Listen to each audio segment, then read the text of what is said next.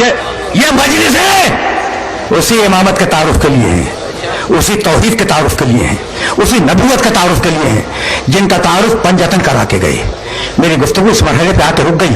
इन मजलिसों में हुसैन का तारुफ होता है कि अगर हुसैन समझ में आ गया तो सिलसिले के सारे लोग समझ में आ जाएंगे।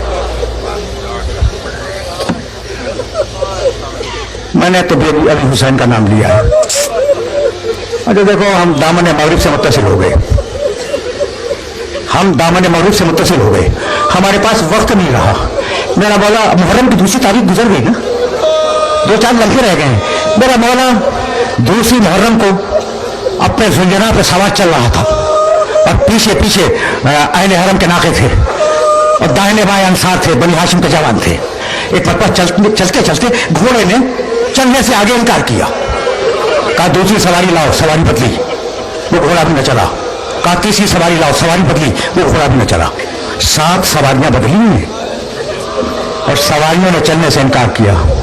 कहा अबुल फजल, जरा ये जो गांव नजर आ रहा है, इस गांव के लोगों को तो बुलाओ। गांव वाले आए, कहा अहले खरिया बतलाओ इस बस्ती का नाम क्या है। किसी ने कहा गाजरिया है। कहा कोई और नाम। कहा फजल रसूल मानिया है।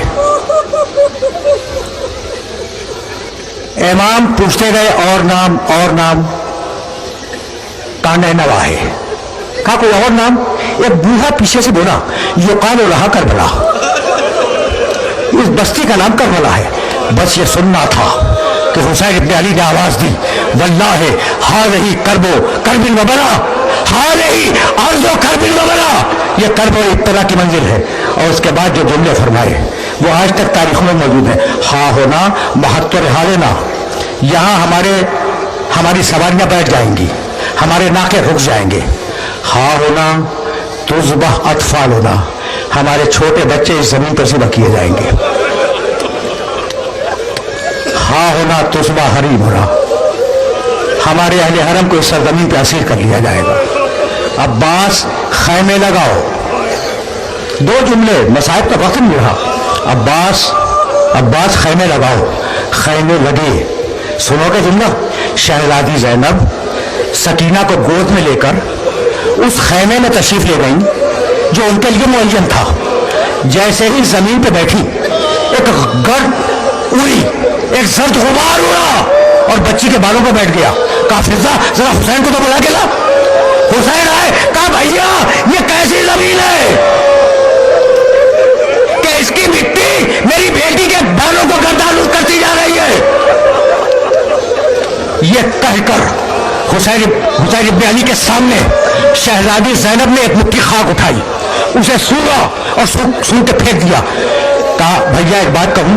कहा बहन कहो। कहा भैया इस मिट्टी से तुम्हारे खून की खुशबू आ रही।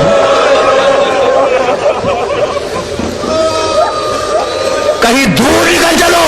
कहा बहन अब तो क़यामत तक यही रहना है। ये कह के बाहर आए और कहा अहले खरिया को बुलाओ।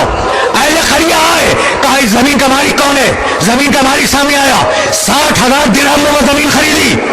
बस तुम रो चुके, मुहर्रम की दूसरी तारीख है, तुम रो चुके, ज्यादा रहमत नहीं दूंगा। 60,000 दिरहम में हुसैन ने जमीन खरीद ली ना। क्या बगैर जमीन खरीदे हुए नहीं रुक सकते थे।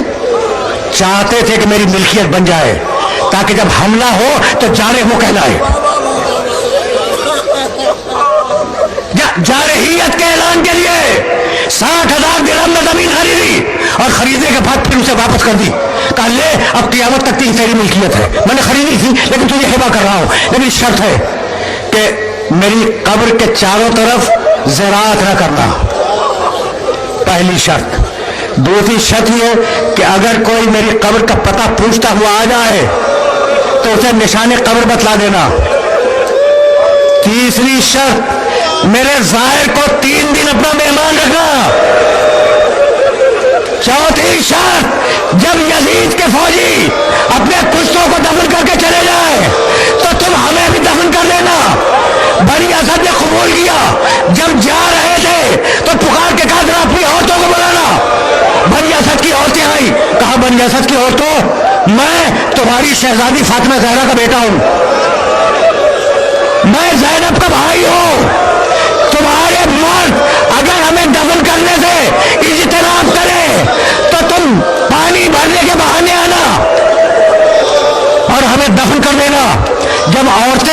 इतना रोती हुई, तो कहा जो अपने बच्चों को भेज दो, बच्चे आए।